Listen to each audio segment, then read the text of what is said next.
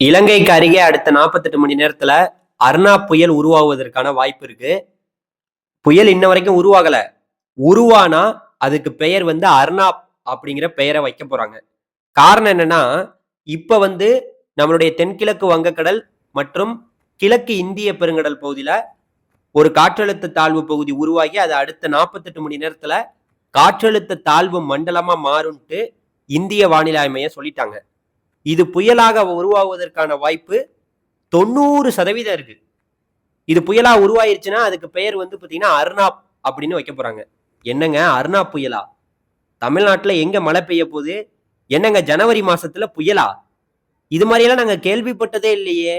ஜனவரி மாசத்துல என்னங்க நீங்க சொல்றீங்க? என்னங்க பொங்கலுக்கு புயலா? அப்படின்னு நீங்க கேட்பீங்க. ஆமா. இதுவரைக்கும் ஜனவரி மாசத்துல புயல்கள் வந்ததா சரித்திரமே இல்ல. வந்திருக்கு. ஆனா, பெரிய லெவல்ல வரல. அது இந்த வருஷம் நடக்க போகுது 2026ல. ஏன்னா, அடுத்த 48 மணி நேரத்துல இலங்கைக்கு மிக நெருக்கமாக இந்த அர்னா புயல் உருவாகுவதற்கான வாய்ப்புகள் ரொம்ப ரொம்ப அதிகமா இருக்கு. இதனால மழை எப்படி இருக்கும்னு கேட்டீங்கன்னா, அடுத்த அதாவது அடுத்த 4 தினங்கள்ல இலங்கை முழுவதுமே மழை தொடங்கிரும். குறிப்பா நம்மளுடைய தமிழ்நாட்டுல அடுத்த ஒரு குறிப்பா நாளைக்கு வியாழக்கிழமை, நாளை மறுநாள் வெள்ளி, சனி, ஞாயிறு அப்பல்லாம் நமக்கு ஒரு நல்ல கனமழை கிடைப்பதற்கான வாய்ப்பு இருக்கு. எந்தெந்த மாவட்டங்கள்னா, இப்ப சென்னை வானிலை ஆய்வு மையம் என்ன சொல்றாங்கன்னா, நாளைக்கு ராமநாதபுரம், புதுக்கோட்டை, தஞ்சாவூர், திருவாரூர், நாகப்பட்டினம். நாளைக்கு மழை பெய்யும்னு சொல்றாங்க 10 சென்டிமீட்டர். ஆனா நாளைக்கு மழை பெய்யாம கூட இருக்கலாம். நாளை மறுநாள்ல இருந்து நமக்கு மழை பெய்யலாம். நாளை மறுநாள் பார்த்தீங்கன்னா, வெள்ளிக்கிழமை ராமநாதபுரம், புதுக்கோட்டை, தஞ்சாவூர், காரைக்கால், மயிலாடுதுறை, கடலூர்லலாம் ஒரு மிதமான மழை பெய்யும்னு சொல்றாங்க.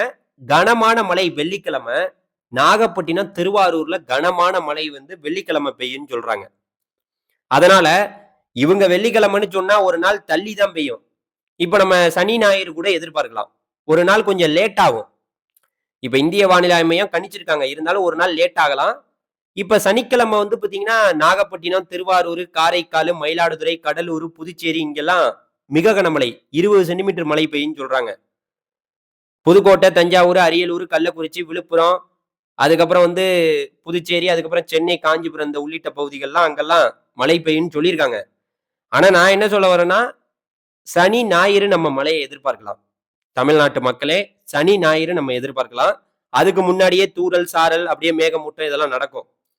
வர ஞாயித்துக்கிழமெல்லாம் பார்த்தீங்கன்னா, வட தமிழகத்துல குறிப்பா சென்னை, திருவள்ளூர், செங்கல்பட்டு, காஞ்சிபுரம், ராணிப்பேட்டை, புதுச்சேரி, விழுப்புரம், கடலூர், கள்ளக்குறிச்சி, திருவண்ணாமலை, வேலூர்லலாம் மழை பெய்யும்னு சொல்லியிருக்காங்க.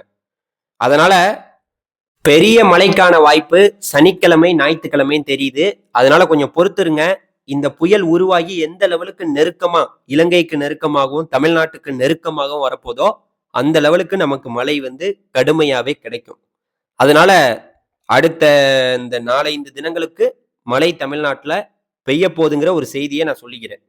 அது எல்லா மாவட்டத்திலையும். இந்த மாவட்டம், அந்த மாவட்டம், எந்த மாவட்டத்தையும் நான் ஒதுக்கல. எல்லா மாவட்டத்திலையும் மழை பெய்யும். ஆனா பெரிய மழையா அந்த கடல் ஓரத்துல மட்டும் தான் இருக்கும். டெல்டா மாவட்டத்துல மட்டும் தான் இருக்குங்கிறதையும் இந்த நேரத்துல நான் தெரிவிச்சுக்கிறேன். இலங்கை முழுவதுமே மழை இருக்கும். இலங்கை முழுவதும் மழை உறுதியாக இருக்கும். இதனுடைய இந்த நகர்வ பார்ப்போம். எப்படியெல்லாம் நகரப்போகுது? இது புயலா மாறுமா? இப்ப என்னன்னா, இது காற்றழுத்த தாழ்வு மண்டலமா மாறும்னு சொல்லியிருக்காங்க. இது அடுத்த கட்டமா பார்த்தீங்கன்னா, ஆழ்ந்த காற்றழுத்த தாழ்வு மண்டலம், புயல் என உருவெடுக்குமா? புயலாக உருவாகும்போது அர்னாப் அப்படிங்கிற பெயர் வைக்கப்பட வாய்ப்பு இருக்கு. பார்ப்போம் இது புயலா உருவாகுதா என்னங்கிறத. தொடர்ந்து நம்ம வானிலை செய்திகளோட இணைந்திருங்கள். நன்றி, வணக்கம். வாட்ஸ்அப் குரூப்ல சேர்ந்துக்குங்க.